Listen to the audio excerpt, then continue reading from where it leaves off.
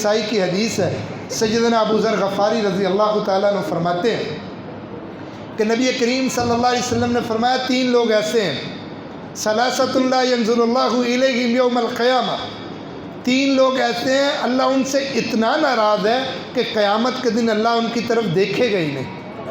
اللہ اتنا ان سے ناراض ہے، اتنا نہ خوش ہے، اور صرف اللہ ان کو دیکھے گا ہی نہیں، یہاں تک نہیں بلکہ اللہ ان کے لیے دردناک عذاب کی انہیں وعید سناتا ہے۔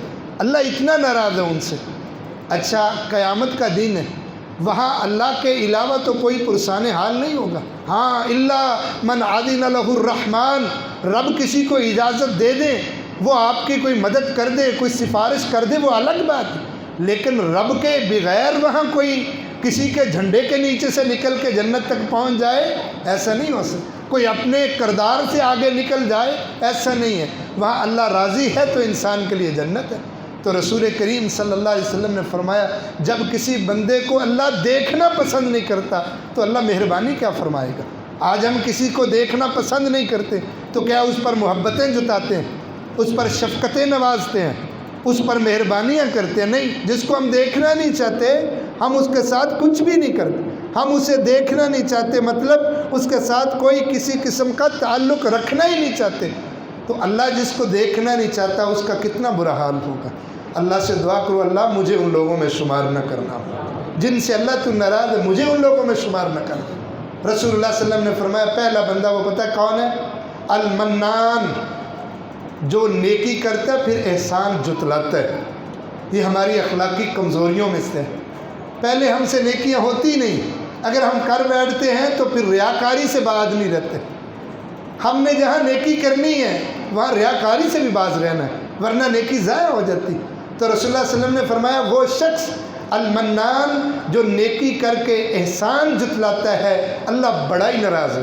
مثال کے طور پہ ایک بندہ کسی کو صدقہ دیتا ہے، پھر کہتا ہے میں نے تجھے فلاں دن فلاں یہ کیا تھا، بتاؤ اللہ اس سے خوش ہوگا؟ اور تو ہے ہی نہیں مالک، جو دنیا رب نے تجھے دی ہے، جس سے تو نے صدقہ و خیرات کی ہے، اور تو کیشیئر تھا، رب مالک تھا، اس نے تیرے ہاتھ پہ رکھا تھا، تو اپنے نام کے ڈھنڈورے پٹوا رہا ہے، اور تو کہتا ہے میں نے یہ کر دیا، تجھ پر یہ کر دیا۔ تو نے کچھ نہیں کیا، اللہ نے تجھے موقع دیا، تیرے پر رب کی رحمت ہوئی، اللہ تجھے راضی کرنا چاہتا تھا، تجھ سے کوئی نیکی کروا لی، اور تو اس کا احسان جتلا کے تو اس کو لوگوں کو تکلیف دیتا ہے اور اللہ کو ناراض کر بیٹھتا ہے۔ تو اللہ قطعاً نہیں چاہتے کوئی بندہ نیکی کرے کسی کے ساتھ، کہتے ہیں نا نیکی کر دریا میں ڈال، یہی معنی ہے نیکی کرنی ہے اللہ کے لیے اور اجر بھی لینا اللہ سے۔ آج کتنے لوگ نیکیاں چھوڑ بیٹھے، وہ نیکیاں اسی لیے تو چھوڑ بیٹھے کہ نیکی بندے سے کرتے ہیں، اجر اللہ سے لینا، امید بندے سے لگائے بیٹھے کہ میں نے اس پر نیکی کی ہے، مجھے اس کا صلہ کوئی ریٹرن نہیں آ رہا، کوئی مجھے اس کی واپس کوئی اس کا رسپانس نہیں مل رہا، اور تو بندوں سے لینا چاہتا ہے کچھ۔ اگر تو بندوں سے امیدیں لگا کے بیٹھے گا تو المنان ہوگا، رب جس کی طرف دیکھنا بھی پسند نہیں کرتا۔ اور قرآن مجید میں اللہ فرماتے ہیں اے ایمان والو لا تبطلوا صدقاتکم بالمن والاذى، یہ احسان جتلا کے اپنی نیکیاں ضائع مت کر لینا، چونکہ اللہ ان کو دیکھنا پسند نہیں کرتا جو احسان جتلاتا پھرتا ہے۔ اور دوسرا شخص رسول اللہ صلی اللہ علیہ وسلم نے بیان فرمایا المسبل، شلوار کو ٹخنوں سے نیچے رکھتا ہے، اللہ اس کو دیکھنا پسند نہیں، قیامت کے دن کرے گا۔ اللہ ناراض ہے اس شخص سے، کیوں؟ اللہ کے نبی نے حکم دیا، اللہ کی اجازت سے، اللہ کی وحی سے اللہ کے نبی نے حکم دیا کہ اپنے ازار کو، اپنی تہبند کو، اپنی چادر شلوار کو، اپنی پینٹ پتلون کو ٹخنوں سے اوپر رکھ۔ یہ مسلمان کا ازار ٹخنوں سے نیچے نہیں ہوتا، عورت کا ہوتا ہے۔ مسلمان کا تو نصف پنڈلی اور ٹخنے کے درمیان اس کی شلوار ہوتی ہے، اور کوئی کہے کہ اللہ میں نہیں مانتا، میں تو ایسے ہی کروں گا، ٹخنوں سے نیچے ہی جائے گی، اللہ اس کو نظر رحمت سے دیکھیں گے؟ نہیں، اللہ کہتے ہیں میں ناراض ہوں شخص۔ اور یہ اتنا گمبھیر اور اتنا سخت اور باریک مسئلہ ہے۔ امیر المومنین عمر بن خطاب جب شہادت ان کی ہوئی، اس سے قبل ایسی حالت پر بستر پر تھے، صحیح بخاری میں ہے کہ ان کے پیٹ کے اندر سوراخ تھا، اگر منہ کے اندر کوئی دودھ ستو ڈالا تو وہ پیٹ کے راستے باہر آ گیا، اوپر پٹیاں باندھی، کپڑے باندھے، چمڑے باندھے، اس دوران پہ ایک بچہ آتا ہے جس کی شلوار ٹخنوں سے نیچے ہے، بولا نہیں جا رہا، اشاروں سے بلا کے اس کو کان کے قریب کر کے اس کو کہتے ہیں اللہ کے بندے ارفع ازارک، یہ شلوار ٹخنوں سے اوپر کر لے، اس سے رب راضی بھی ہوتا ہے اور پاکی صفائی بھی رہتی ہے۔ اگر نہیں رہے گا تو رب کیا ہوگا؟ ناراض ہو جائے گا۔ تو کیا تو چاہتا ہے؟ لوگوں نے تو اس کو مسلکی باتیں بنا لی۔ وہ کہتا ہے وہابی ٹخنوں سے اوپر کرتا ہے، کوئی کہتا ہے دیوبندی ٹخنوں سے اوپر کرتا ہے، کوئی کہتا ہے یہ صرف نماز کے وقت اجازت۔ نہیں میرے بھائی، یہ پیغمبر علیہ الصلوۃ والسلام کی سنت ہے اور میرے رب کی رضامندی کا سبب ہے۔ بہت سی چیزیں ایسی ہیں جس سے رب راضی ہوتے ہیں اور رسول اللہ صلی اللہ علیہ وسلم نے اس کی وضاحت فرمائی۔